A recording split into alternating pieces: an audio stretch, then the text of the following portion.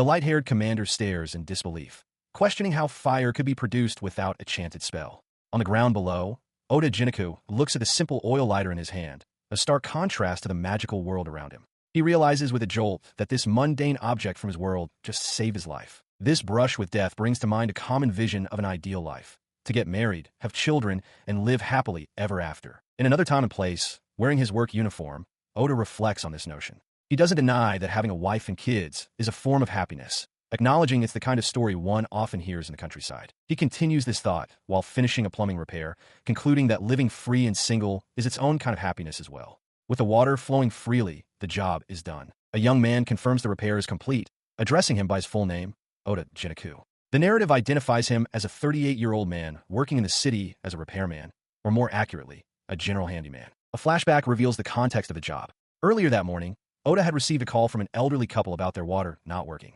He explains to them that the shutoff valve had simply been closed, and that he also replaced the faucet and filter as they requested. The husband thanks him, calling him a reliable handyman, though Oda clarifies his main trade is electrical work. Back in the present, the young client begins to play matchmaker, asking Oda if he ever plans to get married, pointing out that he's approaching 40. Oda looks weary, dismissing the familiar question by stating that it's hard enough just to keep oneself alive these days. He then turns, holding the invoice, and offers a shocking reason for his bachelorhood. He explains that it was his father's dying wish that he never get married. The young man is stunned by this, calling it nonsense, and insisting that marriage and children are the definition of true happiness. Unbothered, Oda mounts his scooter, thanks the man for the job, and prepares to drive away as the client calls out after him. With his last job for the day complete, Oda returns home. He sits on his porch in casual clothes, cracking open a canned drink and settling in for a quiet, peaceful evening alone. He takes a long, satisfying drink from a can, exclaiming with a broad, joyous smile that being single is the absolute best. This freedom allows him to spend his money and time however he wishes. Sitting on his porch, he reflects that no one complains about what he wears, and his hobbies, camping, fishing, and riding his bike, keep him occupied. He earns enough to be away from home for weeks without issue, as evidenced by a photo of a large fish he caught on his phone. His thoughts then drift to a more somber topic: the upcoming anniversary of his father's death. He recalls that his father had a difficult life, largely because his mother was a chronic spender who would quickly burn through everything he earned. The memories continue, showing a time when his father, watched by a much younger Oda, attempted to expand his business by taking out a bank loan for new equipment. The venture was doomed from the start. His father is seen clutching a bank book, his face a mask of shock and despair. He collapses to the floor in utter defeat as it becomes clear that his wife, Oda's mother, had taken the loan money and disappeared. Though his father was crushed by the betrayal, they were not left entirely without hope. His grandfather stepped in to save them. The old man used his entire life's savings to pay off the debt. He and Oda's grandmother then moved in, with his grandfather helping out with construction work to support the family. He recalls his grandfather explaining to him as a child that while the family business had started as an electrical company, he had transformed it into a more general handyman shop. As a boy, he would watch his father and grandfather work together, a memory that now surfaces as he sees his own reflection. He recalled how watching his father and grandfather at the old family business, Oda Electric Works, had first inspired him to want to follow in their footsteps. His memories drifted to the peaceful countryside they often escaped to. After the family's crisis, living with his grandfather had helped his father recover. The three of them, grandfather, father, and son, spent their weekends together, fishing and camping, rebuilding their family bond. A young Oda proudly held up a fish he caught. His father had always been a motorcycle enthusiast, a passion his grandfather shared from his own youth. They eventually bought a bike and spent countless hours in the garage, tinkering with it together as a young Oda watched and learned. Soon, tinkering turned to riding, the three of them cruising down open roads together. They would ride together until the sun dipped below the horizon. He remembered those days as the best of his life. It was during those rides, feeling the wind rush past, that his deep-seated love for a free, untethered life truly began to form. He recalled a specific conversation with his father, who had called him by his first name, Jiniku. His father had warned him not to believe the conventional wisdom that marriage automatically leads to happiness, insisting that his own happiness was all that truly mattered. Confused, the young Oda asked if this meant that societal expectations like marriage and providing grandchildren were worthless. His father clarified his point. It wasn't about rejecting those things outright, but about having the freedom to live life on one's own terms. Lying on his porch in the present day, Oda reflected on that moment. Those words, coming from his father who had suffered so much because of his own marriage, had solidified his life's philosophy. He acknowledged his appreciation for women, but the concept of a happy married life held no appeal for him. He much preferred to spend his time on his own terms, riding his motorcycle, camping, fishing, or simply reading manga and light novels. Lying down, he contemplated his plans for the end of the month, thinking he might take a 2 or 3 night road trip, perhaps stopping a hot spring inn. His mind was set. He had already decided to stay single, make his own money, spend it as he saw fit, and live life exactly how he wanted. This philosophy extended to his work. Arriving at a job, a young client apologized for the building's shutter, breaking so suddenly. Oda, however, simply replied that it was no problem. He was just glad to have the work. Inside, after a quick look, Oda confirmed for the client that he could fix it with the parts he'd brought. He then warned that the power would be out for a bit during the electrical work. The client agreed, and Oda prepared to shut off the breaker. As he began, a slip of paper fluttered unnoticed to the floor. Deep in his work on the wiring, his thoughts drifted back to his trip. He mused that once this job was done, he would start preparing, maybe find some scenic spots to visit. Without warning, a powerful electric current surged through him. He cried out as the client turned an alarm. A horrifying realization dawned on Oda. He had turned the breaker off, but someone must have turned it back on. The shock sent him collapsing to the ground. He could scarcely believe it. Electrocuted in the middle of a job. The absurdity of it was his last coherent thought. As his world faded to black, a single, final truth settled in his mind. He had died. He drifts in a void of nothingness, only for consciousness to flicker back. His eyes twitch, then slowly open, a bead of sweat tracing his temple as confusion clouds his features. He jolts upright with a gasp, the single thought, "I'm alive," echoing in his mind. He examines his hands, clenching and unclenching his fists. Despite the fatal shock he endured, his body feels perfectly fine, a fact that is more unsettling than comforting. Getting to his feet, his attention shifts to his surroundings. He is no longer in a factory, but standing on a cobblestone street, facing architecture from a bygone era.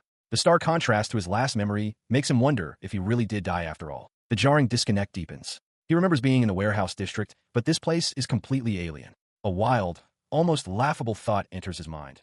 Could he have actually died and been transported to another world, just like in the light novels he's read? He dismisses it as a dream. His eyes land on a sign, Alexandrite Trading Company. The name is odd, but the true shock is the script. The letters are just weird squiggles, neither Japanese nor English, yet he can understand them perfectly. The impossibility of it all sends a wave of panic through him. As his mind reels, a sharp, commanding voice suddenly shouts, "Don't move." Oda freezes, his body tensing up as he is startled by the sudden order. Turning towards the sound, he is confronted by a line of soldiers clad in chainmail and carrying swords. Their leader, weapon at the ready, points at him and demands he identify himself. He stares at the armed figures, his mind racing. The armor and swords look far too real to be cosplay. They seem like knights from the Middle Ages. He can only wonder who on earth these people are. The pieces finally click into place. The strange town, the foreign yet readable language, the medieval knights. He doesn't understand how, but one thing is now crystal clear. This is not Japan. The absurd theory from moments ago solidifies into a terrifying reality. He really has been transported to another world. His internal revelation is cut short as the guard leader's voice rings out again, accusing him of breaking in and calling him a suspicious man. The guard demands he speak. Annoyed by the accusations, Oda retorts that he's just as clueless about the situation as they are. He reacts on pure instinct. As a guard lunges, Oda sidesteps, grabs the man's arm, and delivers a sharp kick to his midsection, an Aikido technique learned from his grandfather. The guard cries out as he's knocked back, and Oda immediately realizes his mistake, thinking this was not the best timing for a fight. His defensive move provokes the other guards, who shout orders to surround him. With his back against a wall and his lighter clutched in his hand, Oda braces himself, knowing it had come to this. Realizing he stands no chance, he quickly raises his hands in surrender. He sweats, pleading with them to hear him out and swearing he isn't dangerous, as he had only just come to his senses in this place. A calm, female voice cuts through the tension, simply stating, "Fine." The guards part to reveal a striking woman with light hair and a fur boa, accompanied by a man in a top hat. The man advises his lady not to get too close, but she waves off his concern, deeming the situation to be fine. She approaches Oda, her eyes scrutinizing his strange clothes, black hair, and black eyes. From behind, her advisor remarks that Oda is clearly not from around there. Oda, looking tense, can only agree, admitting that he probably isn't. The woman asks for his name, and he introduces himself as Oda Geniku. In turn, she reveals she is Sandrone, president of the Alexandrite Trading Company. Oda asks her to just call him Geniku. Sandrone finds the name odd, but Oda thinks it's cool and presses his case, asking if she will hear him out. In response, Sandrone gives a sly smile. She agrees to listen, but on one condition. If his story is interesting, she'll hear it, but if it's boring, he's going to jail. The threat hangs heavy in the air as Oda imagines himself shackled in a dark cell, lamenting his terrible luck at being dropped into a random world only to immediately face jail time. Returning from his grim thoughts, he sees Sandrone's amused expression as she admits she is actually quite curious. Visibly panicked, Oda pleads with her not to follow through on her threat. Her curiosity is piqued by a specific detail. She notes to her advisor that Oda somehow slipped past their security mages and entered the warehouse, yet was still caught by the ordinary guards outside. She leans forward with a sly smile, musing that having a suspicious man like him appear is actually rather fun. He, however, stands rigidly as the reality of his situation sinks in. The mention of security mages confirms his suspicion. This is, without a doubt, a fantasy world. His internal monologue is cut short as he observes Sandrone's advisor attempting to create a flame with a flint and steel. She watches him, questioning why he would use such a primitive method. She wonders aloud why he doesn't just use magic. Seeing their struggle, Oda, sweating under the intense scrutiny, assures them he means no harm and offers his own source of fire, pulling out a small, metallic object. With a distinct click, he ignites the device. A steady flame instantly appears, causing Sandrone, her advisor, and the nearby guards to gasp in stunned silence. The flame burns brightly, a marvel to the onlookers. Sandrone exclaims that it's impossible, as there was no chant or magic circle. Her advisor, equally shocked, questions if it's some kind of magic tool that creates fire. Before Oda can respond, Sandrone impulsively lunges forward and snatches the object from his hand.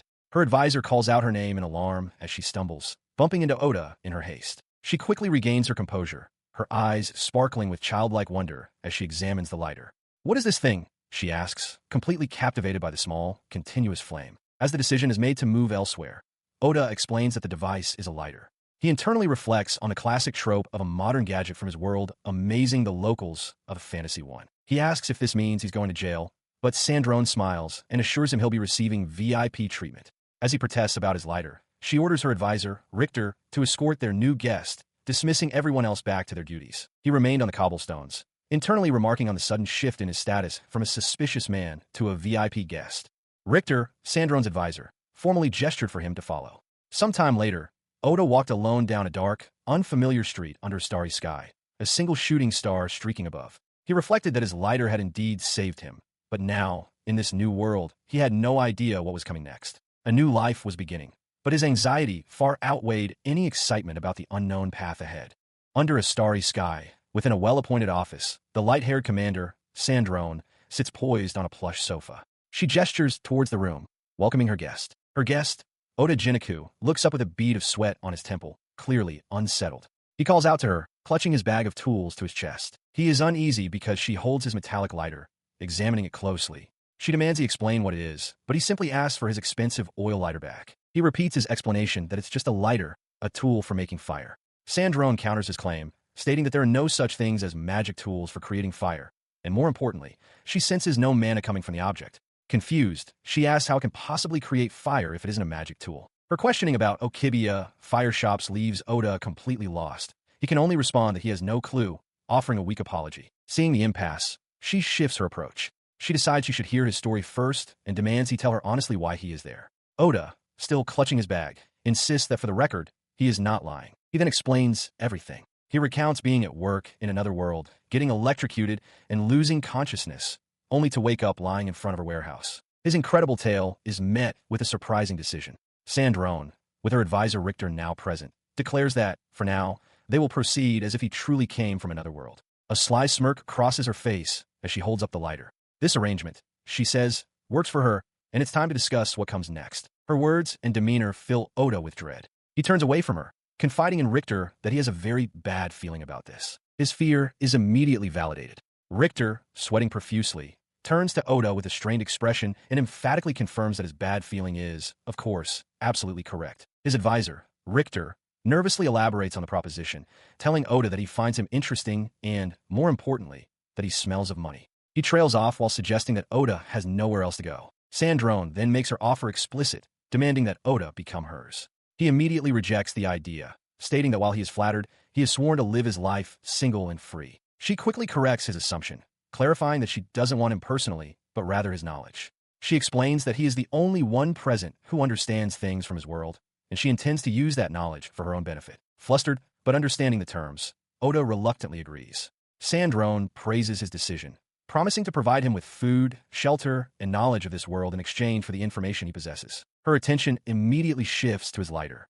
Holding the lit device, she marvels at its ability to create fire so easily and asks him how it works. Before Oda can answer, she turns to her advisor, recalling his earlier mention of Okibiya, where people buy fire. She commands Richter to explain, and he dutifully agrees. However, Sandrone quickly loses interest. She formally introduces Richter as her secretary, bodyguard, and president of the Alexandrite Trading Company, then abruptly announces she is leaving for the night.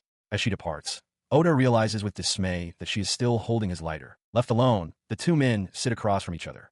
Richter comments on Oda's difficult situation, but Oda dismisses the sentiment. With business to attend to, Richter announces that their discussion will now begin. He begins by explaining the local economy of fire. He describes Okibiya as shops that sell magically conjured fire. In this world, fire is typically created only through magic or with difficult-to-use flint, so households regularly purchase fire to light their lamps. The explanation solidifies for Oda that he is truly in another world. Oda remarks that back home, fire was never a concern. This gives Richter a stunning realization. If they could mass-produce and sell a device like the lighter, they would be set for life.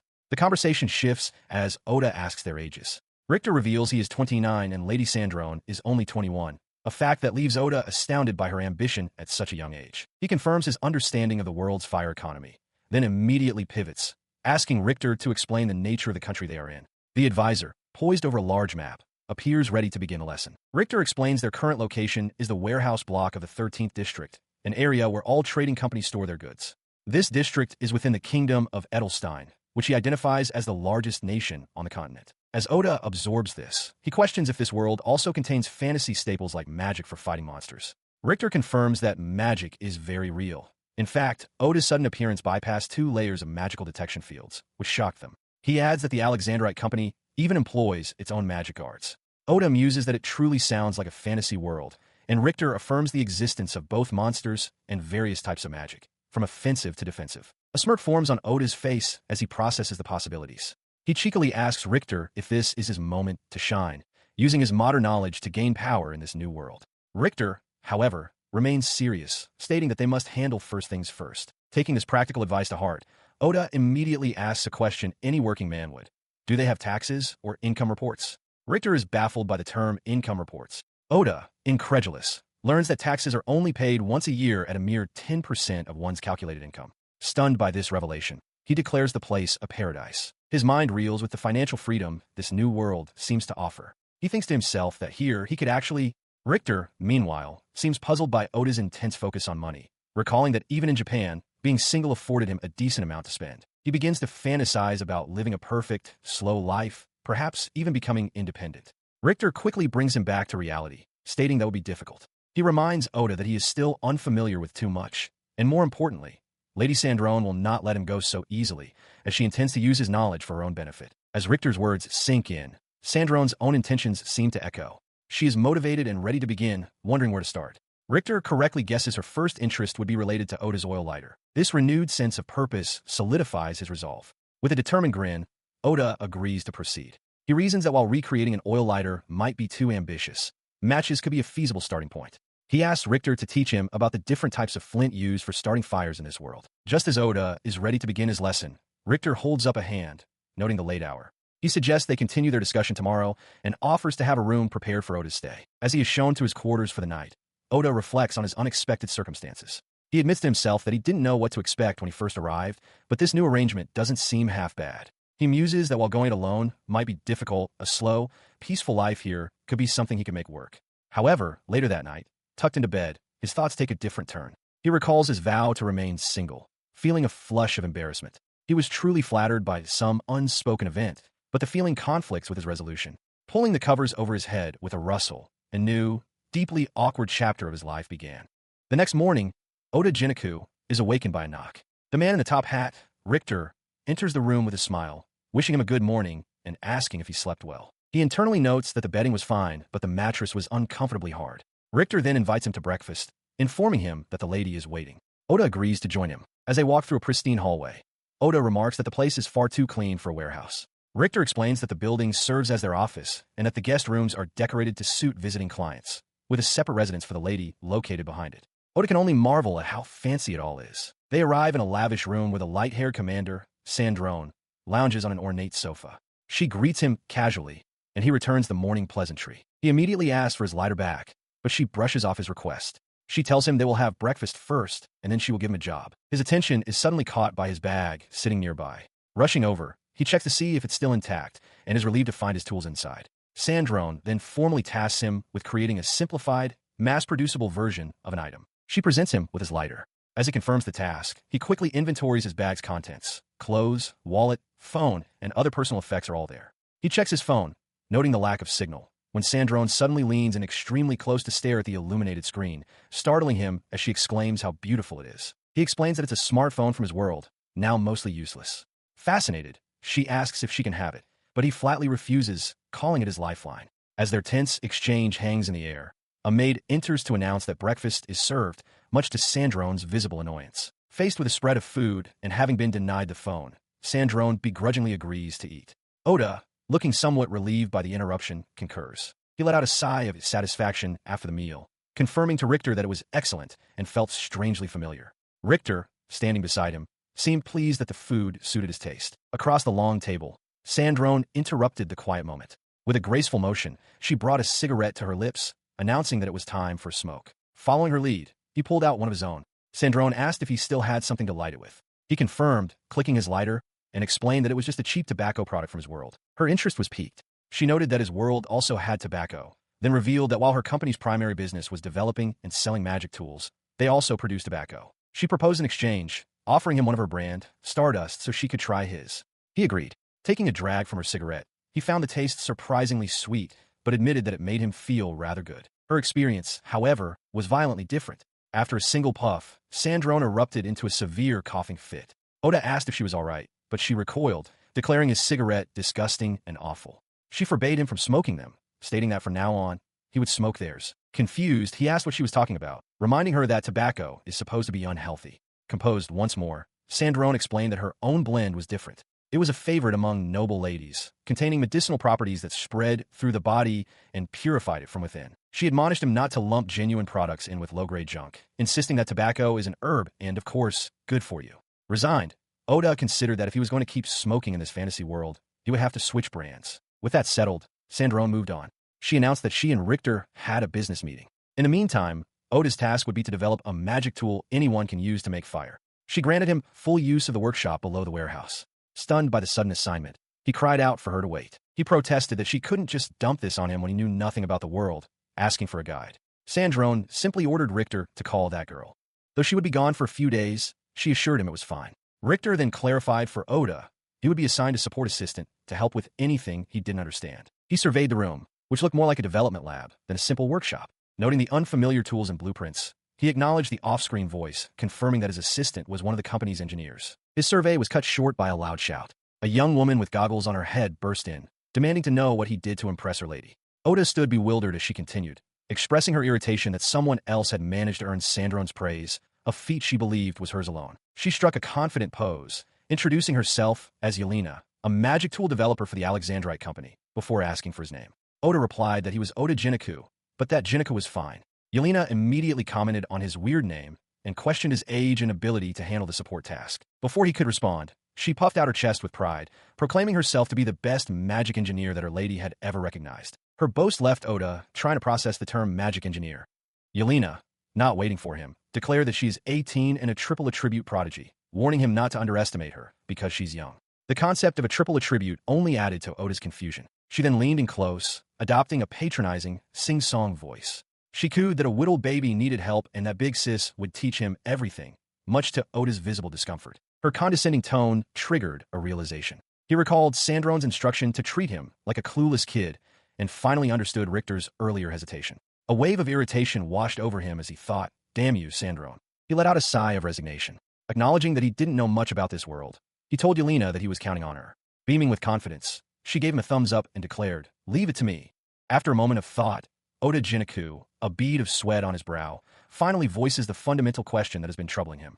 He asks, with some hesitation, what exactly a magic tool is. His question leaves Yelena utterly flabbergasted. She exclaims that he truly knows nothing, but quickly apologizes for her bluntness. She explains that he won't be able to work effectively without understanding this world and encourages him to ask her anything. From his seat on the floor, Oda simply replies that he is counting on her. In response, Yelena begins her lesson, starting with the concept of mana. She describes it as the very fantasy-style energy he had imagined, clarifying that everyone in this world is born with some amount of it. She elaborates that mana manifests in different colors depending on a person's elemental affinity: earth, water, fire, wind, light, and dark, making 6 in total. However, she stresses that these element bearers are rare, as most people possess only colorless, non-elemental mana. Oda reflects on how he spent the morning bombarding her with such questions. Yelena continues, explaining that despite the rarity of elemental users, schools still teach basic magic. This allows even common people to learn and use small, practical household spells. To Oda, it all sounds like something straight out of fantasy world. However, she adds that those born with an elemental affinity are on an entirely different level. They have the potential to become powerful mages or skilled magic tool engineers. Those possessing 3 elemental affinities can even secure a position at the royal court. Oda admits that it's all quite impressive. Seizing the moment, Yelena proudly declares that she herself is a triple attribute holder with affinities for water, earth, and wind, asking him if he thinks that's cool. He asks if her triple affinity means she can use all kinds of spells. Yelena clarifies that her abilities are mostly suited for basic daily magic and crafting. She is not an attack mage and cannot perform offensive-type magic. Oda chuckles, remarking on the power of the bossy lady, Sandrone. Yelena immediately bristles, telling him not to speak of her lady that way and declaring that she joined the trade because she was inspired by Sandrone's brilliance. Changing the subject, she addresses him as Jiniku and announces she will check his magic affinity, asking for his hand. She presents a small sheet of paper, identifying it as a magic affinity diagnostic sheet from the Alexandrite Company. She explains that before this invention, only mages from the Magic Association could test affinity, but now a single drop of blood reveals both element and total mana. Impressed, Oda wonders if this put the association out of business, but Yelena proudly proclaims it's one of Lady Sandrone's greatest inventions. He listened as Yelena continued her story, recounting how the higher-ups in the Magic Association had hated her lady's invention, even storming in and yelling at her. But, she explained with a confident smile, Sandrone was not fazed in the slightest. In fact, she had totally crushed them. To prove whose method was more accurate, Sandrone took her diagnostic sheets directly to the royal palace and challenged the association mages head-on. The sheer audacity of it left Oda thinking it was incredibly bold. Yelena concluded that the Magic Association had to admit defeat, making Sandrone's sheets indispensable from that day forward. With the story finished, Yelena announced it was time for his test. He hesitated, admitting he wasn't good with blood, but she assured him it was just a tiny needle and would barely hurt. He pressed his finger down, wincing as the sheet pricked his skin. As the results appeared, Yelena stared in shock. She exclaimed that his mana level was insane and that he possessed all 6 attributes. Not grasping the significance, Oda joked that he must be super talented, but she quickly told him it was no time for jokes. Her focus then sharpened on a detail others might have missed. She pointed out that there were not 6, but 7 lines on the sheet. Oda looked down, confused, as he had just been told there were only 6 attributes in the world. The sheet displayed the 6 standard attributes, color-coded as yellow, blue, red, green, white, and black. But as Yelena noted, the 7th line glowed with a distinct purple hue. She wondered aloud what a purple attribute could possibly represent. Stumped by the unprecedented result, she turned to him with a serious expression. Calling him by his first name, Jiniku, she asked for his hand, explaining that she needed to check this more closely. He simply agreed. She took his hand, instructing him to hold it up and close his eyes. She explained that she was going to channel her own mana directly into him for a more thorough analysis. He obeyed, closing his eyes. As her energy flowed into him, a pleasant warmth spread from her touch, and he quietly murmured that it felt warm. He feels Yelena's mana flowing into him as she instructs him to proceed nice and slow, telling him to imagine giving his own mana a purple color. In response, a brilliant arc of purple lightning erupts from his hand, crackling in the air between them. He stares, recognizing the phenomenon, while Yelena recoils in shock. He murmurs in confusion, wondering aloud if this is happening because he was electrocuted back in his own world. Yelena, her eyes wide with disbelief, confirms the unbelievable. He can convert his mana directly into lightning. She explains the profound implication. He doesn't just possess all known attributes. He has awakened an entirely new one. Oda finds it strange to call his cause of death cool, but acknowledges the novelty. Her expression turns serious as she warns him that if anyone were to find out, every nation and guild would hunt him down. In response, Oda simply raises a hand, dismissing the notion entirely. He emphatically refuses, declaring that he is not interested in that sort of thing and that it is simply not his style. He continues with a sly smile, stating that he has other things he wants to do. Yelena, completely taken aback, questions if he would really pass up what would surely be a huge promotion. She calls him a ridiculous old man, feeling embarrassed for having bragged about her own 3 attributes earlier. Still, she concedes that getting promoted is a good thing, as it means being able to do more. With the matter settled, they agree to get back to work. Yelena notes his sudden motivation, and Oda explains that while most people would be desperate to return home, he finds this world fun. He reasons that if he can use magic, he might as well learn it. He looks at her with newfound resolve, asking her to not only help him with his work, but to teach him about magic as well. He mentions his first project is a fire-starting tool, but he will need a solid grasp of magic to bring his other ideas to life. He looks at the young magic engineer with sincere hope, formally placing his trust in her. He tells her that he is counting on her, addressing her respectfully as sensei. The title clearly delights her. A wide, joyful grin spreads across Yelena's face as she repeats the word sensei to herself, thinking it has a nice ring to it. Without hesitation, she agrees to teach him. To seal their new pact, she extends her gloved hand. As they shake firmly, Yelena promises to teach him everything she knows. Their partnership begins in a workshop. Oda contemplates his new path as a handyman developing magic tools, realizing life here isn't so different after all. He fondly thinks his grandfather would have loved this idea. Yelena, filled with excitement, declares that it sounds fun and that they should make it happen. A new chapter begins for the ultimate duo. With a determined glint in his eyes and a fist raised, Oda Jiniku declares his new mission: to develop a world-changing invention, a tool capable of starting a fire. Yelena, his new mentor, enthusiastically agrees. Seizing the opportunity, Oda immediately poses his first question to his sensei. He asks why they don't simply use magic to create fire, pointing out that she has a fire attribute. Yelena's expression turns serious as she explains that it is not that simple. She elaborates on the structure of their world's magic. Fire attribute users are considered the strongest among mages and are exceptionally rare. Most people are non-attribute, capable of only minor feats like floating small objects. Oda is taken aback, having assumed fire magic would be common in a fantasy world, realizing that attribute holders are special and fire users are in a league of their own. As Oda mulls this over, the concept of magic stones strikes him as something straight out of fantasy. Yelena confirms this, adding that one can send simple commands to these stones. She continues to explain the reason they acquire them. Magic stones are crystals harvested from inside magical beasts. Adventurers hunt these creatures, sell the stones to the Commerce Guild, and from there, companies like hers purchase them. The ultimate purpose of these stones, she reveals while presenting an ornate kettle, is to power magic tools. Confirming Oda's guess, Yelena explains the kettle contains a processed magic stone. She demonstrates by channeling her mana into it. And to Oda's amazement, the water inside instantly begins to boil. Oda finally understands. Yelena clarifies that a magic tool engineer doesn't just design the tool. They also inscribe commands into the stones. She explains that for the kettle, she wrote the command produce heat, which is how it generates warmth. The realization dawns on him. The existence of specialized craftsmen who inscribe commands into these powerful stones is, he thinks to himself, quite awesome. He looks at the simple, steam-powered kettle, a smile forming on his face. He declares his intention. He wants to tinker, to build devices that use these magic stones. Yelena continues her lesson, explaining that the stones also have grades of purity. Higher purity stones cost more, but allow for more complex commands to be written on them.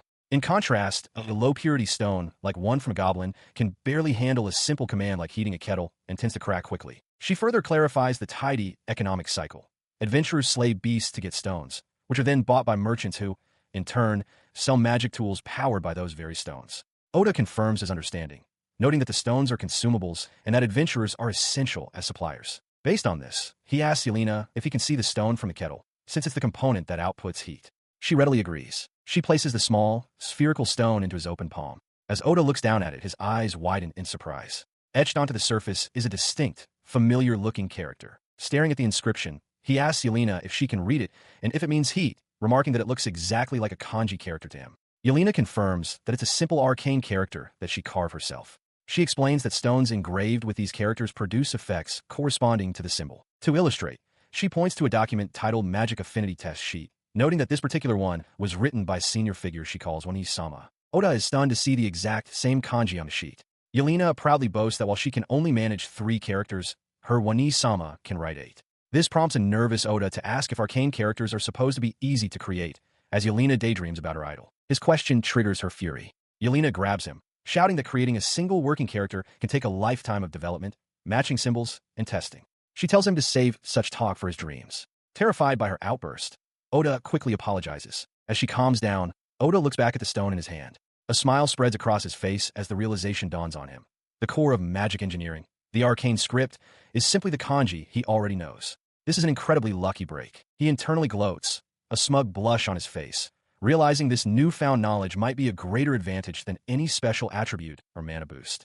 Below, unaware of his revelation, Yelena offers to teach him the arcane script in due time, assuring him it's fine. He confidently dismisses her offer, stating that he thinks he can handle the script part himself. His smug expression irritates Yelena, who warns him not to dare underestimate arcane characters. His mind races with possibilities. If simply carving the kanji produces the desired effect, he could prototype tools as if playing a game, perhaps even outpacing his old-world manufacturing. He imagines building an air conditioner next, a wide grin on his face as he thinks about how much fun this will be. Bringing his focus back to the present, he decides on a practical first step. He tells Yelena he knows what to do. They will create a fire starter. She looks at him, puzzled, asking if he means something like her flint and steel. He explains his idea is like a better version of her tool and asks if she knows what matches are. The concept astounds Yelena. She contrasts the multiple strikes needed for flint to get an ember with a match lighting in a single swipe, exclaiming how convenient it is.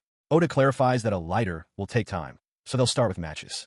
Yelena recalls his other tool and asks about it, but quickly grasps the larger implication, mass-producing fire. She realizes that in a world where fire is precious, even a simple fire-starting tool is a revolution. With their goal set, his determination solidifies. Holding up a matchstick as a symbol of their project, he declares that they can do this. With a burning spirit, he resolves to make this first job in a new world happen. Richter, noticing Jiniku's haggard and dejected appearance, asks with concern if he is all right. A dark, gloomy aura surrounds Jiniku, who looks utterly drained. He is not. Standing at a distance with Yelena, Jiniku admits that he is stuck. He had thought creating simple matches would be easy, but the reality has proven to be far more difficult than he ever expected. His mind flashes back to the cause of his failure. He had treated the arcane script of this world like a simple shortcut, carelessly carving the kanji for fire into a magic stone. When he poured his mana into it, the result was not a gentle flame, but a terrifying, uncontrolled inferno that erupted before him and Yelena. The memory fades, leaving him collapsed on the floor in the present. Yelena stands over him, arms crossed, as he admits it was his fault. He managed to extinguish the blaze, but not before she had noticed his blunder. He sits slumped over a table, surrounded by his failed experiments. He now understands that while carving kanji into magic stones works in principle, achieving the right balance of firepower and ease of ignition requires a finesse he does not possess. Every time he fixes one problem, another arises. He buries his head in his hands, overwhelmed by the feeling that he has hit a wall and knows nothing. The feeling of failure is so intense, it brings forth a memory of being chided, his past self's naivete laid bare. He had been so confident, thinking he could easily succeed by applying his modern knowledge. The thought is now deeply embarrassing. His spiraling thoughts are interrupted as Richter calls his name. Richter looks at him with understanding. He acknowledges that what Jiniku is attempting, something that could shake the very foundations of this world, is not meant to be easy. Seeing Jiniku's emotional state, Richter suggests they take a break and get a drink. Visibly moved by the gesture, Jiniku sniffles and agrees, thanking his friend. Later, at a bustling tavern, a hearty-looking stew is placed before him. He takes a spoonful, and his eyes widen in pleasant surprise at the rich flavor. As they eat, Richter explains that they are in a major dining district with many excellent establishments, glad that Jiniku is enjoying the meal. Jiniku reflects, conceding that while the food and drink in his own world were good, this new world has a distinct and wonderful quality all its own. He finds the idea of bar hopping appealing, a pleasant thought after his recent failure. Richter seems delighted by his enthusiasm and readily offers to recommend a few establishments. As they sit at a table laden with food and drink, Richter adds that he also enjoys bar hopping among other activities. Jintika listens, taking a sip from his mug. He reflects on his life back in his own world, explaining how he would spend his days off eating well and traveling, working as much as he pleased. He confesses that he wants that same lifestyle here. His determination is clear. If he can successfully create matches, it would be the first step toward that goal, a thought that drives him to push forward despite the difficulties. His attention is then drawn to a nearby wall where two people are working. One of them points out a large crack they are about to repair. Jinika watches them, chewing thoughtfully. He turns to Richter, curious about the material they are using. It doesn't resemble putty or cement. Richter confirms it's for wall repair and then reveals the surprising ingredient, slime, harvested from a magical beast. The revelation stuns Jiniku. The idea of fixing walls with slime is utterly foreign and bewildering to him. Richter elaborates on the process, assuring him they don't use the creature while it's alive. The slime is boiled down, which turns it into a gooey substance that hardens as it cools. He adds that this material has many uses beyond simple wall repair. He processes this, musing that even monsters have their uses in this world. Richter confirms that while it isn't the strongest material available, its low cost and ease of handling make it very popular. To Jiniku, it feels like a quintessential fantasy world concept. The advisor continues, explaining that the boiled slime can be mixed with ink to add color or with crushed stone if it's needed for construction. The mention of crushed stone immediately captures Jiniku's full attention. Those words spark a sudden realization. Jinika leaps to his feet, startling Richter, declaring he's going to try something. He thanks his companion and rushes out, his mind racing with the possibility of crushing a material for his invention. If this works, it could be the breakthrough he needs. He worked tirelessly, a thought echoing in his mind. He might actually succeed in creating matches. A few days later, Sandrone arrived in her office, announcing that she had come because Jiniku had a report to deliver. She was met by the sight of a thoroughly disheveled Jiniku, his hair and beard overgrown from days of work, with an equally scruffy Yelena beside him. Sandrone immediately ordered him to groom himself. However, she quickly changed the subject, stating that while presentation matters, it wasn't the main point. She noted her lighter was becoming difficult to use as it was running low on fuel. Jiniku, now clean-shaven and composed, simply replied that it would be fine. His confidence was rooted in his new creation. He presented a small box, calling it a brand-new fire starter. Yelena excitedly added that it was a magic stone match, or match for short. As a puzzled Sandrone looked on, Jiniku told her to watch. With a single strike, the stick ignited. Sandrone stared in utter astonishment. When she demanded to know how it worked, he calmly replied that it was not that complicated. He began to explain his process. An initial attempt using a low-grade magic stone carved with the character for flame produced an insane amount of heat. To solve this, he crushed the stones into a powder to further reduce their potency. He continued, explaining that he then mixed this stone powder with slime to create the match head. The most difficult part, he admitted, was tuning the firepower by adjusting the stone content. This was the final result. Holding the lit match, he asked if she found it easy to use. He elaborated that its burn time of about 20 seconds was enough to light a fire, and that with proper equipment, they could be mass-produced cheaply. Yelena beamed, telling Sandrone that, as much as it stung to admit, Jiniku was good. Sandrone silently processed the revelation. He had discovered the arcane character for flame, and, with it, a way to mass-produce fire itself. She praises Jiniku for his work on the machis, announcing they will move to mass production. As a reward, she offers him anything he desires, be it a house or money. In response, Jiniku states that he has a proposal of his own. He asks her to keep the money. Instead of material reward, he requests to work for her for 1 year, so that she might teach him how business is conducted in this new world. Surprised, Sandrone asks if he means to go independent. He confirms this, clarifying his long-term plan. He will establish his own company specializing in magic tool development and then outsource the advertising and sales to her firm. She contemplates his offer. While hiring him directly would keep him on a leash, she acknowledges his idea might have merit. Still, she questions how his independent venture would ultimately profit her. The conversation triggers a painful memory. Sandrone recalls a man, a family elder, screaming at her. He declared that a woman has no need for business knowledge and that her sole duty is to marry and produce an heir for the house, repaying the family's investment with her body. In her memory, she sits alone in her room, realizing with bitterness that everything in her life, her education, her future marriage, was all for the family's benefit. She had nothing she could choose for herself. This feeling of powerlessness solidified into a quiet, firm resolve. She understood, then, that her life in that house was nothing more than a cage, and she vowed to herself that she would run away someday. Returning to the present, Sandrone declares her desire to live free, as she did before. Jiniku seems to understand, explaining his own philosophy. To create freely, he needs his own company and his own rules. He believes that working hard, playing hard, and pursuing his hobbies is how the best ideas are born. It is simply how he lives. A look of understanding passes over Sandrone's face. She sees a kindred spirit in him, realizing that in this world, he too is living a life that is free and fun. With a smile, Sandrone agrees to grant his request. Yelena reacts with disbelief and excitement. As Jiniku celebrates, Sandrone's mind is already calculating. The match will be a new core product for her company, Alexandrite. Since fire is used daily, the profits will be huge, and in a year, their matches will be everywhere. She mused that it was a shame he hadn't asked for her as his reward, claiming she would have given her all. While her young attendant Yelena looked on in shock, Jiniku simply smiled, stating that the idea of a company led by the inventor himself sounded exciting. In response to his enthusiasm, Sandrone bluntly stated that she was not interested, leaving both Jiniku and Yelena taken aback. She clarified her position, explaining that she had no plans to marry and that staying single and free suited her best. This prompted an incensed Yelena to shout at Jiniku for his perceived disrespect, but Sandrone merely laughed at the exchange. He calmly replied that it was a coincidence, as he felt the same way, giving marriage a hard pass. Hearing this, Sandrone beamed, a smile that captivated Yelena, while Jiniku simply acknowledged their shared sentiment. With their views aligned, they shook hands. Jiniku reflected internally that he had misjudged Sandrone as merely a haughty queen.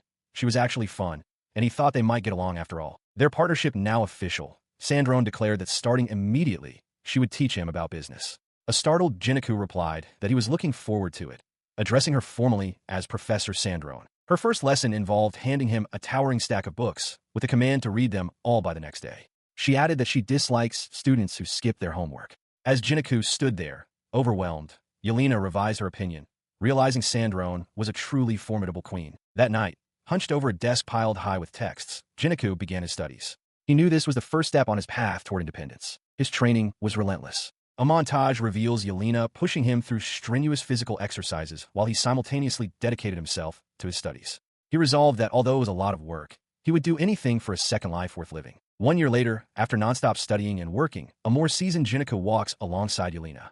He lets out a sigh, a sense of accomplishment washing over him as he completes this major phase of his training. He stands before his new establishment, a look of profound satisfaction on his face.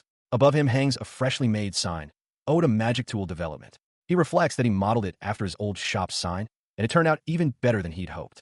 At last, he's founding his own company, a new step toward the ideal, slow life he has been seeking. With a determined grin, he resolves to go and purchase his new castle. A group of furious shopkeepers confronts an unseen party. One man, bald with goggles around his neck, shouts that this new development will finish their businesses and starve them. Oda Jiniku watches the scene unfold, unsurprised. He had seen this coming. A year prior, the Alexandrite Trading Company, led by Sandrone, held a briefing for the fire-sharing shops about a new product called matches, which was met with an expected storm of backlash. During that briefing, Sandrone demonstrated the convenience of a new item. She challenged the assembled merchants, asking if they truly put customers first if they would oppose something so useful. From the crowd, Oda observed her methods and thought her ruthless. She then attempted to soothe their fears, stating she wasn't there to bully them. Sandrone laid out her business proposal. The fire-sharing shops would become the exclusive sellers of matches, subcontracting under the Alexandrite Trading Company. She promised a massive marketing push and guaranteed their profits would soar. In response, the bald shopkeeper slammed his fist down, shouting that his shop was the oldest in the capital. He vehemently objected to being told to take down a sign his family had carried for generations. Sandrone simply replied that from now on, he would swap his fire-sharing shop sign for a match specialty shop one. As Sandrone remained impassive, Oda realized how dire the situation was. For these families, whose shops had supported people for so long, changing their sign was a harsh blow to their pride. The bald shopkeeper and his son stood together, declaring they had guarded their sign since before she was born and would not entertain such nonsense. His son then tried to reason with him, suggesting they could still run the store as a match shop. The father, however, turned away, clenching his fist in silent frustration. The father's anger finally erupted. He yelled at his son, confessing that he barely possessed a fire attribute and couldn't run a proper fire-sharing shop like his predecessors. Oda overheard this painful admission. The son explained that the fire attribute is rare in this world and doesn't always pass from parent to child, which is why some shops are forced to close. As this intimate family moment unfolded, Sandrone approached Oda from behind. "Hey, big bro," she began. "Your shop really matters to you, huh?" Paying no mind to Sandrone, the son looked at his father with resolve. He declared that what he truly wants is to keep their shop going, even if it's not for fire sharing, because he loves the place that has supported their community for so long.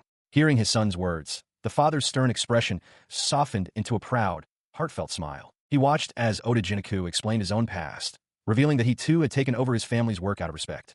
Oda admitted that while he changed the line of work, the core principle remained the same as his father's and grandfather's: to do work that supports people's daily lives. He then posed a question to the shopkeeper, suggesting his son simply wanted to carry on the true legacy he had protected. Moved by the sentiment, the old man finally relented. He placed a hand on his son's shoulder, his expression softening as he gave his blessing. He told the young man to do as he liked, acknowledging that he was the next shopkeeper anyway, and urged him to do his best. Overcome with emotion, his son could only manage to say his name. With the family dispute settled, Oda turned his attention to the other gathered shopkeepers. He confessed that he himself was poor with fire magic, then pitched the advantages of matches. He explained that their small size would allow for on-site sales and deliveries, creating an opportunity to expand their customer base. His pitch, backed by the blessing of the capital's oldest shop, was a resounding success. The crowd of shopkeepers erupted in a wave of enthusiasm, swarming around Oda and shouting their eagerness to switch to selling matches and sign contracts. He was momentarily overwhelmed by the chaotic, positive response. Meanwhile, inside a moving carriage, Richter observed that the problem with the fire-sharing shops had been resolved peacefully. Sandrone smiled, thanking Jiniku for his helpful nudge and admitting she was glad the situation hadn't escalated. She looked over the newly acquired contracts with a satisfied smirk, remarking on the speed of the transition and the scale of the accomplishment. Richter, however, adopted a more serious tone. He reminded her that as the company's president, she now had to consider the future of the Alexandrite Trading Company, noting that their circumstances were quite different from those of the small shops. Her ambition, however, did not stop there. With a determined glint in her eye, Sandrone declared her next move. They would use these results to approach the Edelstein royal house. Her goal was to secure a connection with the royal family, no matter the cost. Both Richter and Oda looked on, taken aback by her relentless drive. The following year unfolded just as Sandrone had planned.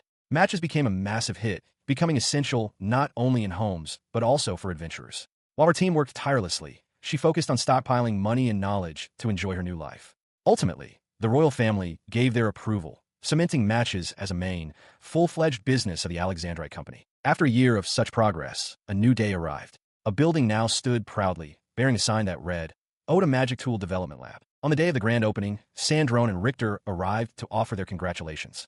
As Oda stood before his new shop, he mused at the sign, made it feel real. At his side, a fond vision of his grandfather appeared, looking at the setup and declaring it perfect. He stands at the entrance to his new workshop as Sandrone and Richter arrive to congratulate him. They've brought a gift of wine, and he thanks them, dismissing the formality of chatting at the door and inviting them inside. Inside, Sandrone observes that the ready-to-go property is quite nice, already equipped with furniture and amenities like a shower, toilet, and bedroom. His guests find him already at a workbench, looking over blueprints. Surprised he's starting work so soon, Sandrone consults a list and asks about a muddy water purifier. Oda dismisses it, stating plainly that he wants to make a coffee maker, a request that startles Richter. Sandrone scoffs at his preference, declaring that anyone who doesn't appreciate good coffee is still a child. The scene shifts to a market, where Oda asks a vendor for coffee beans, remarking that the nice, bitter coffee of this world is right up his alley, unlike tea. She asks if having his own shop is what's sparking his ideas. He confirms this is partly true, but explains that he already had them written down in a notebook. Sandrone retorts that he might be the only person in the world who would dare call her a kid. Changing the subject to business, she asks if she can place an order for new devices, since it is a Magitech workshop.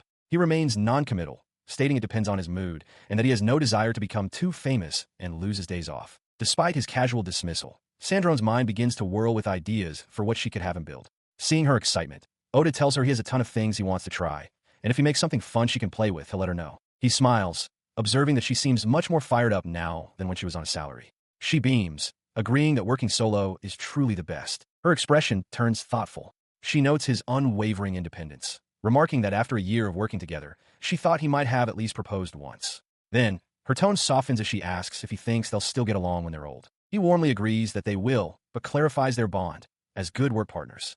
The answer seems to satisfy her. Announcing that she's relieved some stress, Sandrone says she's heading back, leaving Oda to his new beginning. As Sandrone stood quietly nearby, Richter confided in Oda. He remarked that while the company's growth was great news, it was also proving to be tough on his lady. With a calm smile, Oda asked what he meant by that. He explained that Oda's presence had helped her relax a great deal and asked him to remind her not to shoulder everything alone. Richter added that he believed they would need Oda's help again before long, a request that left Oda momentarily surprised. With the conversation concluded, Sandrone and Richter departed. From a street below, they looked up to see Oda waving from the window of his new workshop. He watched them leave, then turned his gaze back into the room. A feeling of ownership settled over him as he surveyed his new workshop, thinking to himself that he had finally acquired his own castle. That satisfaction quickly ignited into purpose. For his precious new teammates, Jiniku was making his move. He unfurled a large sheet of paper, deciding it was time to design a Magitech gadget that could help them. Oda Jiniku, a man content in his bachelorhood, finds his thoughts consumed by a single, blissful image, an ice-cold drink. He imagines the simple joy of it, reaffirming his belief that the freedom of being unmarried is the best life. Yet the reality is him slumped over his desk, exhausted. He reflects that this new world, much like his old one, experiences 4 distinct seasons. The yearly temperatures are not so different from Japan, a fact which makes life somewhat more comfortable under the bright, hot sun. As the weather warms and summer approaches, a singular, powerful urge begins to grow within him. With a weary sigh, he finally admits his deepest craving. He wants an ice-cold beer. His mind drifts to the incredible, high-end wine he received as a gift.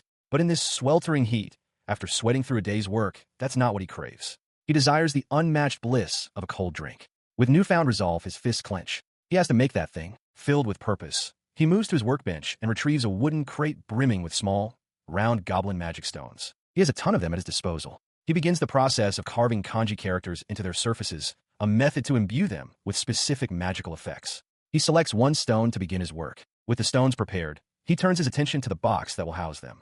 He can't help but feel that the ability to grant magical effects simply by carving kanji is an incredible advantage, the biggest cheat of all. He pauses deep in thought. A mental diagram of a refrigerator's cooling system flashes in his mind as he puzzles over the design. He recalls his first attempt, which he based on a water-cooled fridge. The result was inefficient.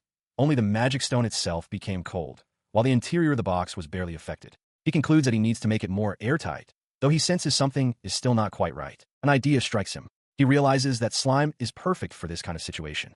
He will smear it on as a sealant and then chill it to harden, hoping this will solve his insulation problem. He finds a suitable gasket, marveling at the utility of the slime he used. From a repairman's perspective, it feels as powerful a shortcut as magic script itself. Realizing its potential is nearly endless with the right ideas, he resolves to experiment with different types of magic stones for his project. With the final piece in place, he steps back, wiping sweat from his brow.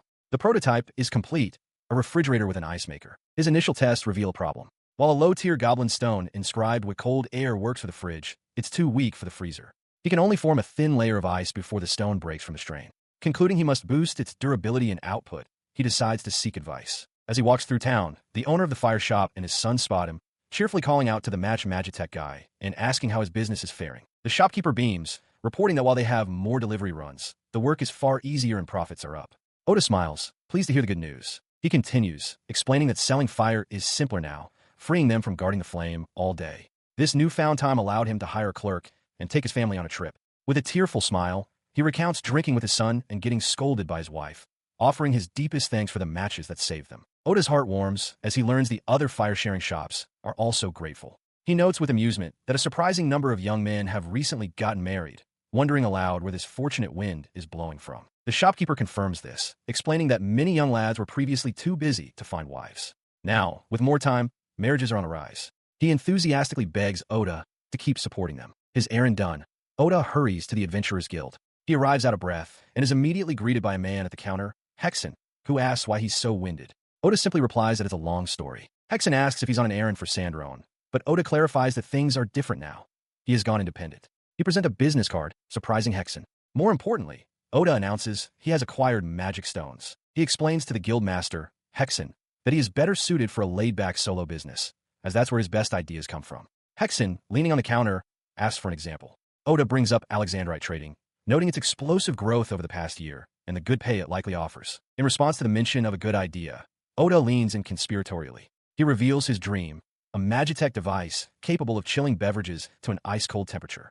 Hexen's expression shifts, intrigued by the concept. The guild master is immediately captivated by the idea. He muses aloud about how amazing it would be to have a drink as crisp as mountain water, a thought that crosses his mind every summer. Oda, seeing he has found a kindred spirit, confirms his understanding and adds that chilling the glass itself enhances the experience even further. A look of pure desire crosses Hexen's face as he declares that he wants one. Having committed to the purchase, Hexen tells Oda to buy him around once the device is finished. Getting down to business, he asks what grade of magic stone Oda requires, explaining that the stones are ranked by stars. He begins searching for anything with a rank higher than that of a wolf. The ranking system for magic stones is based on monster types, with a lowly goblin being 1 star and a fantasy apex like a dragon being 10 star. As Hexen checks his inventory, Yelena arrives, greeting him familiarly. He informs her that while they have 5-star stones from hunting metal orcs, most of the stock is 2-star, the same as wolf. He notes that a 3-star stone would be ideal for Oda's project, but the higher the grade, the higher the price. Just as Hexen finishes explaining the stock situation,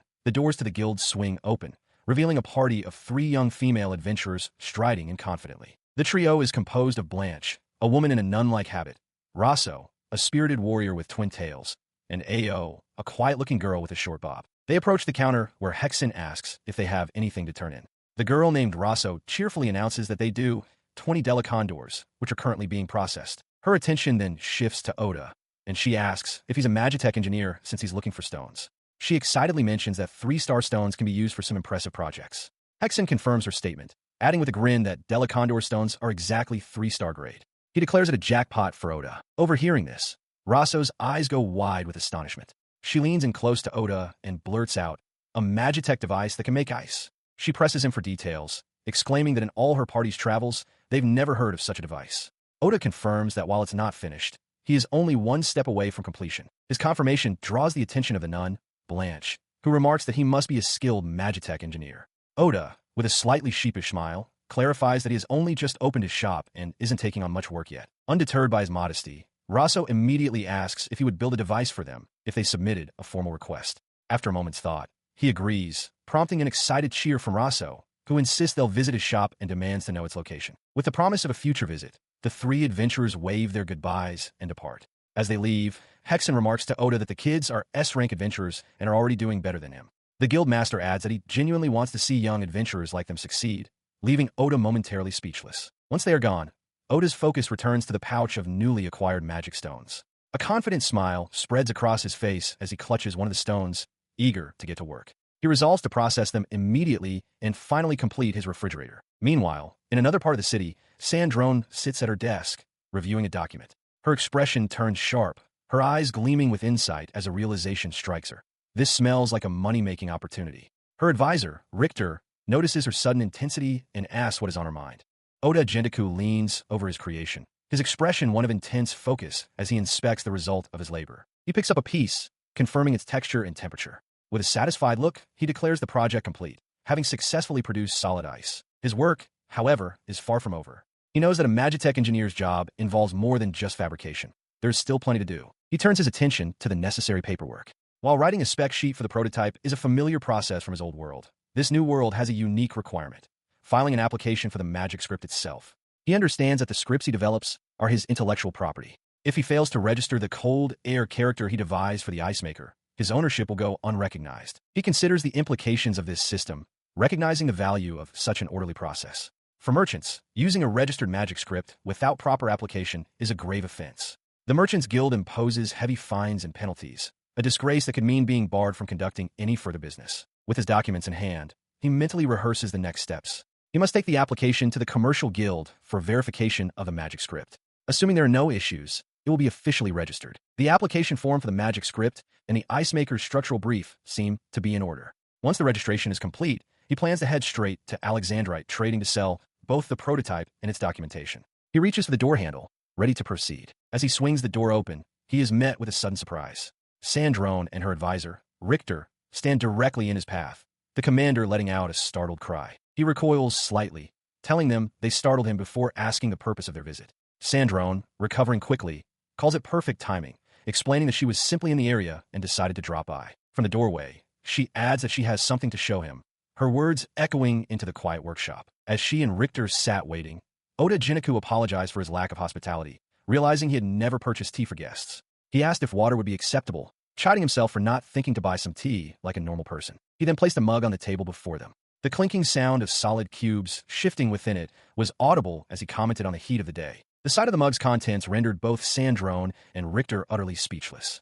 Their eyes widened in shared, profound disbelief. Leaning forward, Sandrone pointed a trembling finger, her voice strained as she asked if it was truly ice. Oda calmly confirmed that it was, pleased with her dramatic reaction. Her composure completely shattered.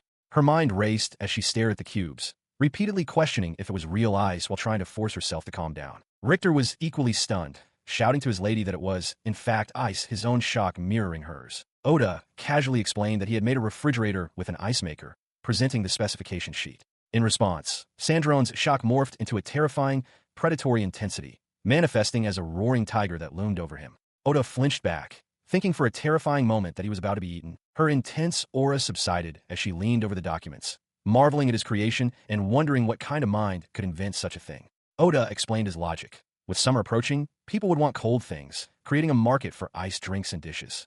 As Sandrone reviewed the specs, she noted he had used a budget 3 stone, specifically a Delicondor stone, for the prototype. Sandrone reasoned that for commercial use, they would need a more durable 4 stone. Oda agreed, acknowledging that even 3 stones are considered expensive, making a device with a 4 stone unaffordable for most potential buyers. He then pivoted, asking, "Then how about making it a rental?" He elaborated on the concept, explaining it was common in his world. Instead of selling a pricey device, they would loan it out, and customers would pay a fee to borrow and use the Magitech.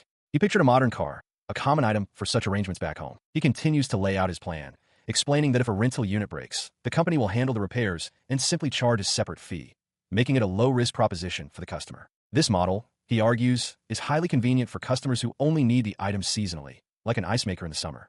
It lowers the barrier to entry and doesn't require them to store a bulky item year-round. He then formally presents the idea to Sandrone, acknowledging that the high price of such devices means buyers are scarce, but a rental system could cause usage to skyrocket. Sandrone listens intently, realizing they also have high-priced Magitech that could benefit from this model. She turns to her advisor, Richter, who confirms her unspoken thought with a simple, "Yes, my lady." Having heard his confirmation, Sandrone immediately sets the plan in motion. She instructs Richter to handle the script registration and other paperwork first thing in the morning.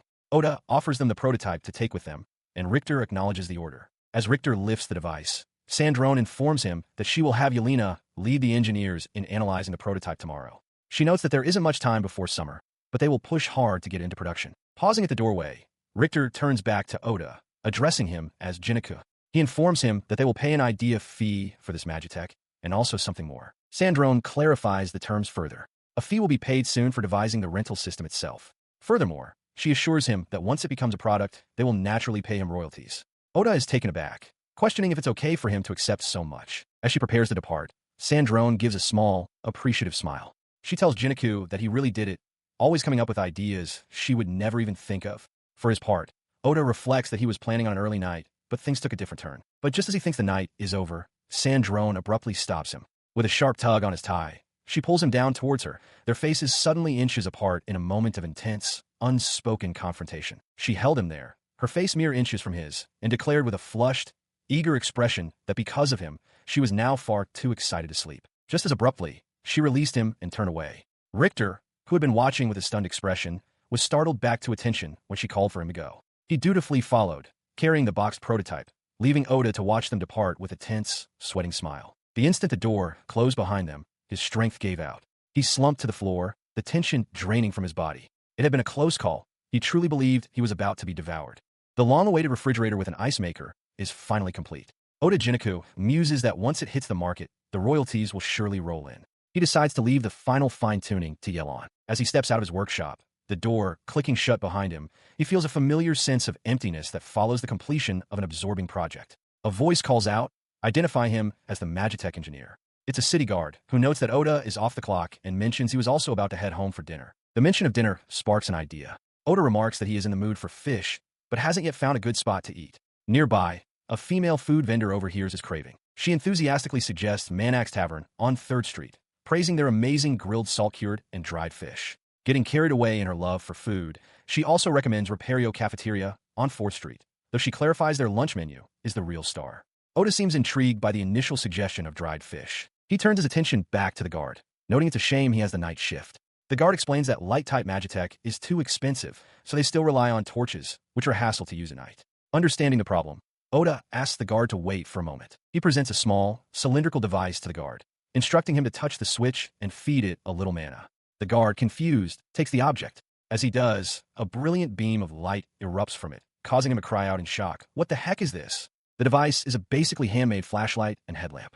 It consists of a goblin stone carved with a light rune, which is then set into a simple, sturdy tube and a cap for illumination. The guard is astounded, exclaiming that the light blows torches away and is much easier to use. Oda asks him to test it during his shift and provide feedback, adding that he might turn it into a proper product if it works well. The guard is flabbergasted that something so useful was built on a whim. As he begins to walk away, Oda glances back at the newly installed refrigerator, thinking to himself how incredible Magitech engineers are. The guard calls out, thanking him for the food recommendation and saying he'll see him later. He reflects on the positive outcome of the interaction. The guards get better tools for their job, and in return, he gets a recommendation for a great meal. A fair trade. He savors the meal, a simple but delicious spread. Everything is perfect. After finishing, he departs. The next day dawns. The following morning, as he mulls over his plans for the day, his workshop door is violently thrown open. Sandrone stands in the entryway, shouting to see if he is inside. Startled, he looks up to see not only Sandrone, but the stout guard from the previous night as well. Sandrone points accusingly, telling him not to go off on his own again. Oda can only stare back in confusion. The guard chimes in, agreeing that Oda shouldn't be so careless with his creations. Sandrone's sharp gaze returns to Oda as she questions him directly. He was the one who built and distributed the Magitech, wasn't he? Her expression is severe. She commands him to run any future projects through her first. Having made her point, Sandrone's focus shifts. She turns to the guard and asks how the light Magitech performed. The guard's face lights up with pure excitement. He exclaims that it was amazing, making his patrol significantly easier. He gushes about how the handheld light picks out details perfectly and illuminates wherever he looks. Sandrone listens with a hint of annoyance, while Oda smiles, pleased with the glowing review. Pleased, Oda asks for the pain points. He inquires if the brightness ever dipped. The guard confirms it didn't, but reports that after pulling an all-night patrol, the stone finally cracked just before dawn. Oda notes that this is expected for a low-grade stone, musing that a better one would be needed. The guard then nervously asks how much he owes. Oda laughs it off, stating that it's completely free and that all he wants is more feedback. He promises to tweak the device and offers to let the guard test the improved version, an offer the guard enthusiastically accepts. He smiles casually as Sandrone points an accusing finger at him, her voice sharp. She reminds him of something she just said, her frustration evident. His smile vanishes, replaced by a serious expression as he leans in closer, asking to say one thing. Sandrone, taken aback, questions what this has to do with their current disagreement, insisting it's a separate matter. He counters that he appreciates her for everything, acknowledging that she helped him and gave him a place to live, which he considers a real debt. Stepping back, they continue their discussion on the rooftop. Sandrone explains that she wants to remain free, which is why she became independent. Oda clarifies that he isn't suggesting his inventions, the matches or the refrigerator, are meant to settle their score. He elaborates on his philosophy, explaining that he has learned how ideas turn into business. When inspiration strikes, he acts on it, sometimes lending his magitech directly to people without her input, as was the case with the flashlight inspired by Guard's torch.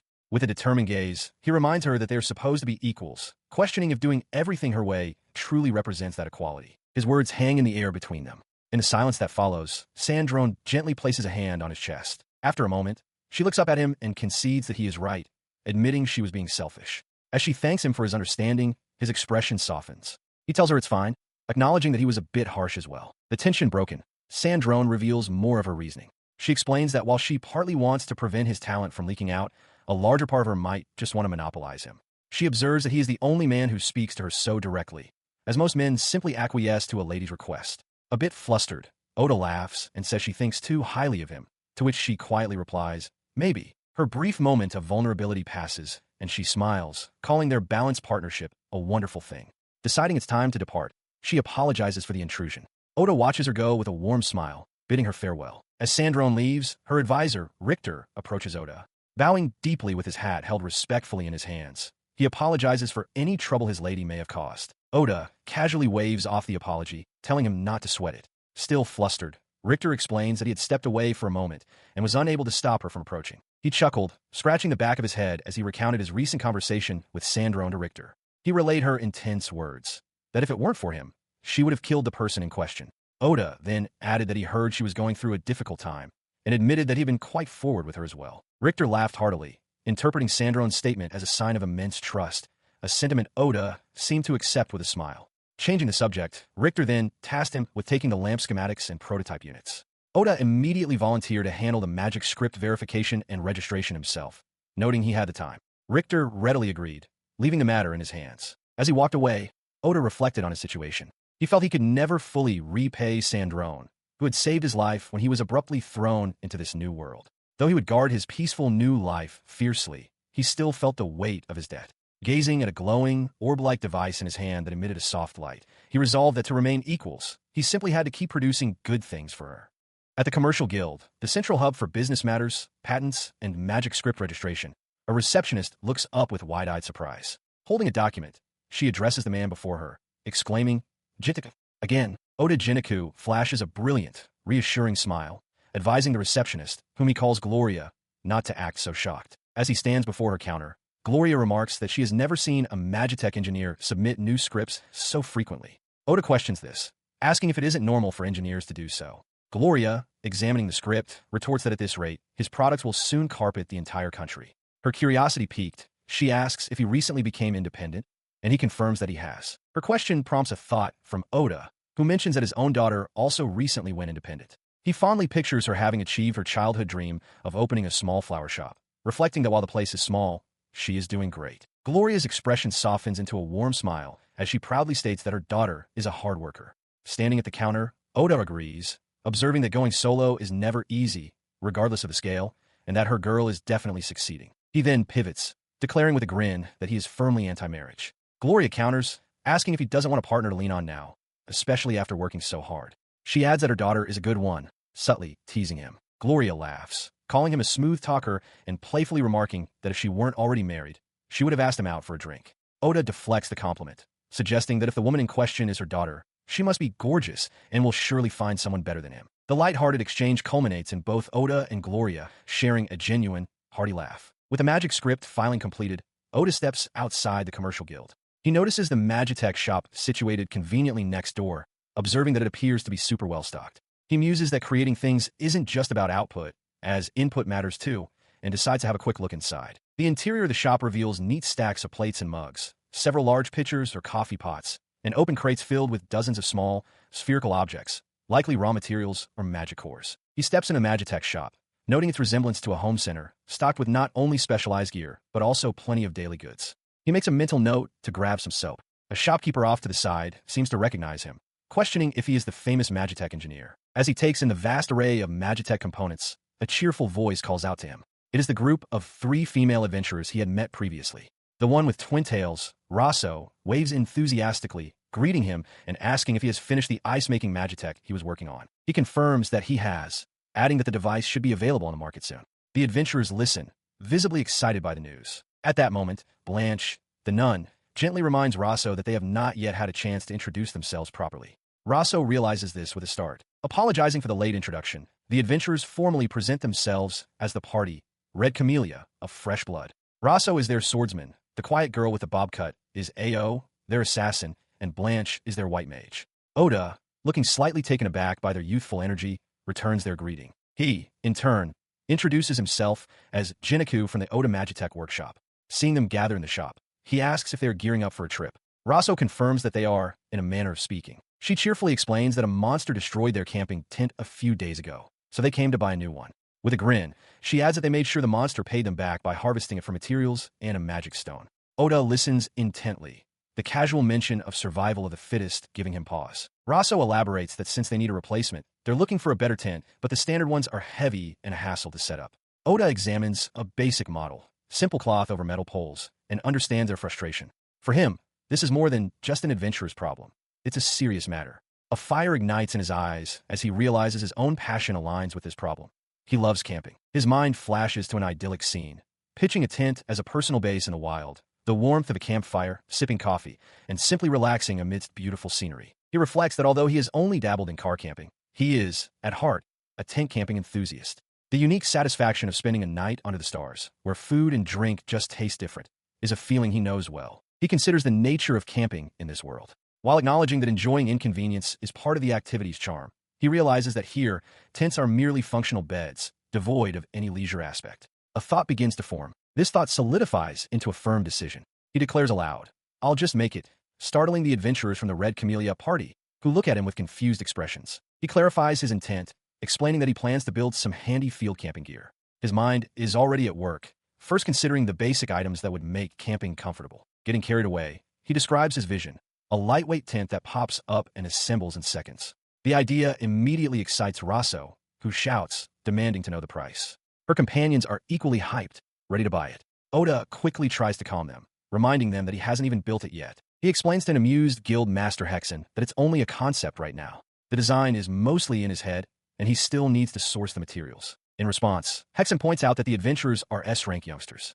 Hearing this, Raso proudly declares that as an S-rank party, they can fetch anything he needs. Her companions immediately swarm the startled Oda, enthusiastically offering their services for hunting, gathering, or whatever else he might require, telling him to leave it all to them. As he tries to manage their excitement, Raso suggests he simply hire them through a formal request. The thought gives Oda pause. He knows hiring S-ranks usually means a fat commission fee and wonders if he can even afford them. Seeing his hesitation, Raso looks at him earnestly.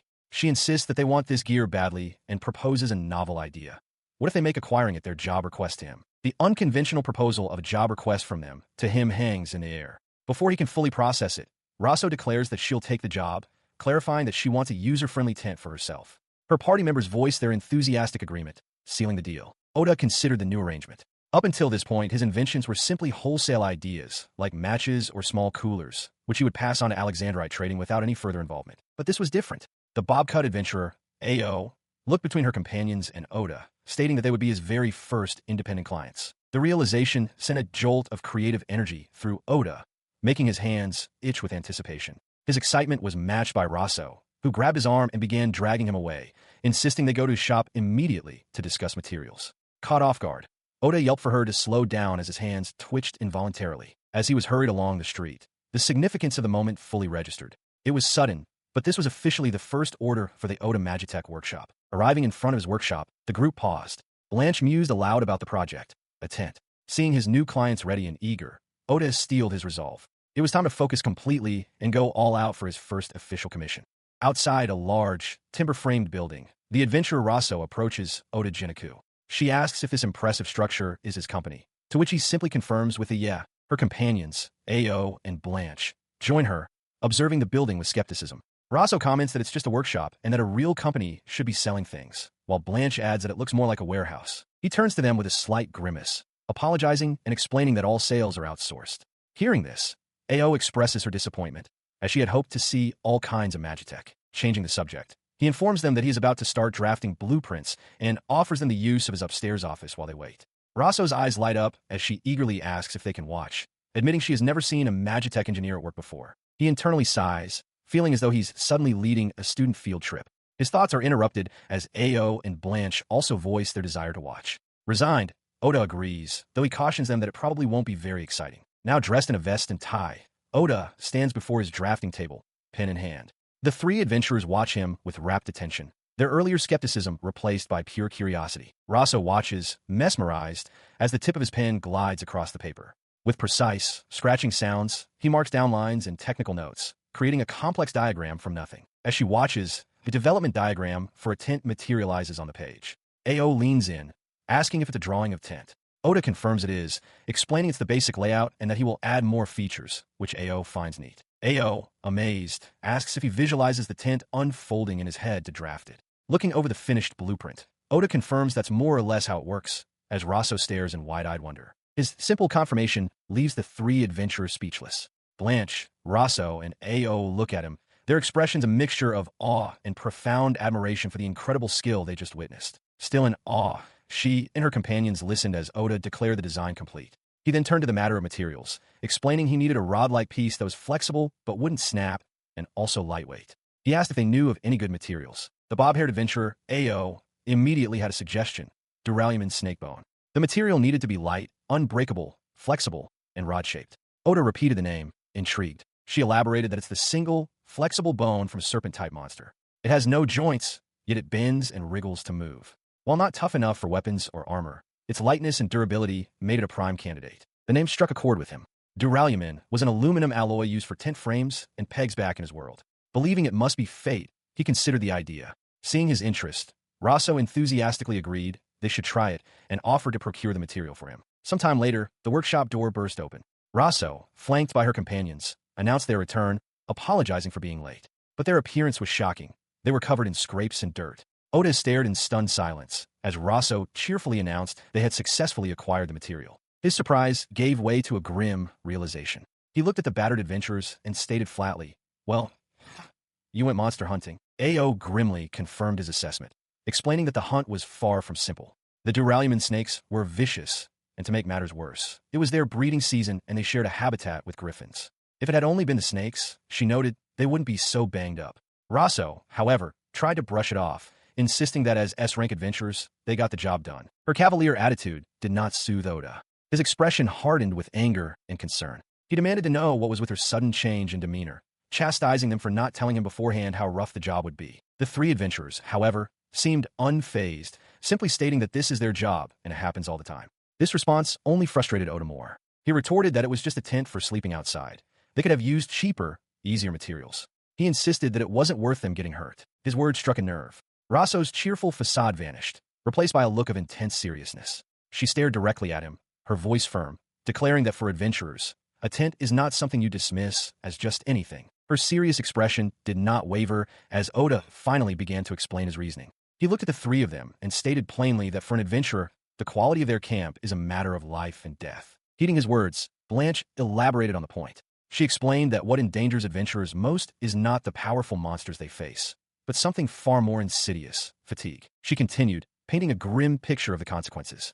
A simple slip from exhaustion during a gathering quest could send someone falling from a cliff. Fatigue, she stressed, robs an adventurer of their judgment, dulls their edge, and allows even the weakest of monsters to gain a fatal advantage. Raso then chimed in, explaining that they camped to recover even a little bit from this ever-present exhaustion. However, she added, the burden of hauling a heavy tent for that purpose is a significant problem in itself. Ao agreed, pointing out that one cannot fight effectively while burdened by a heavy pack, and monsters certainly won't wait for them to drop their gear. Furthermore, even after dragging a tent to a location, difficult conditions can make it impossible to pitch, leaving them vulnerable. This vulnerability is a constant threat. It's all too common for adventurers to be ambushed by monsters before they are even prepared for battle. As Oda listened intently, the adventurers confessed that this is the harsh reality of their profession. Up to this very day, they have seen far too many of their comrades die in just such a manner. He absorbed their words, a heavy realization dawning on him. To him, the concept of adventurers had been something abstract, a fantasy drawn from games and light novels. He finally understood. His perception had been shaped by stories where adventurers smoothly take quests, slay monsters, and collect their loot. But this, he now saw, is the real world, a world of flesh and blood where things rarely go so conveniently. Seeing his change in demeanor, Raso's expression brightened with excitement. The idea that a tent that is both lightweight and can be set up in seconds might actually exist filled her with hope. She explained that having such an item would make adventuring significantly less dangerous, not just for them, but for every adventurer. With renewed passion, she pleaded with him to create it. Her plea continued, asking him to create a light and portable tent specifically for adventurers. As her companions looked on, she promised that they would do whatever it takes to help him succeed. In response, he brought his hands up and slapped both of his cheeks with a sharp crack, startling the adventurers. The three women recoiled in surprise, asking what was wrong. He calmly explained that he was just firing himself up, getting into the right mindset for the task ahead. He looked down, a wave of realization washing over him. He admitted to himself that he had completely underestimated the nature of an adventurer's work, assuming a tent was for casual camping and failing to grasp the client's true needs. He resolved that from this point on, the responsibility was his. With newfound determination, he tightened the strap on his work gauntlet, the metallic clasp clicking into place. He then faced the adventurers, his expression resolute. He declared that he would stake his craftsman's pride on creating something truly good, something that would meet their expectations. As the women watched with renewed hope, he affirmed that he was ready to begin. With the adventurers beaming behind him, he threw his fist forward and announced that the tent crafting begins now. It was time, he proclaimed, to show them what this old man could really do. As Oda prepares to begin his work, the three adventurers, Raso, Blanche, and Ao, crowd around him, their faces uncomfortably close. Flustered, he exclaims they are too near. While he understands their enthusiastic curiosity, he firmly instructs them to back away, explaining that what he is about to do could be dangerous. With a bit more space, he announces that the first step is the frame. He holds up a long, flexible piece of material, his gloved hands gripping it tightly. He tests its properties, stretching it taut between his hands. He observes that in its current state, it is a bit too stiff for his purposes. To solve this, he decides to heat it. As the three adventurers watch with rapt attention, he channels fire magic into the material, causing it to glow. His display of power elicits gasps of awe from the onlookers. They marvel at the fact that he possesses a rare affinity for fire magic. Next, he turns his attention to the ground. After asking for some space, he casts earth magic, raising a perfectly smooth and level bed of soil. The adventurers look on, wondering what he needs it for. Without pausing, he demonstrates yet another element, conjuring a powerful stream of water with water magic that arcs over the prepared soil. He explains that he hopes soaking the hide will soften it, and that he will work on the tent shell while they wait. The adventurers whisper amongst themselves, astounded. They can't believe he has 3 different magical attributes and can switch between them so quickly. He smiles, confident in his process. His next move is even more baffling. He conjures a fresh aqua slime and then, with a shout, strikes it with a crackle of lightning magic. The 3 women stare, utterly shocked and bewildered by the strange spectacle. Kneeling beside a bucket, Oda works on the wild frog hide. He remarks on how handy magic is for this task, specifically for tanning. He reveals that finishing the process with electricity is a technique to properly preserve the material. He continues his work, using fire magic to dry the hide.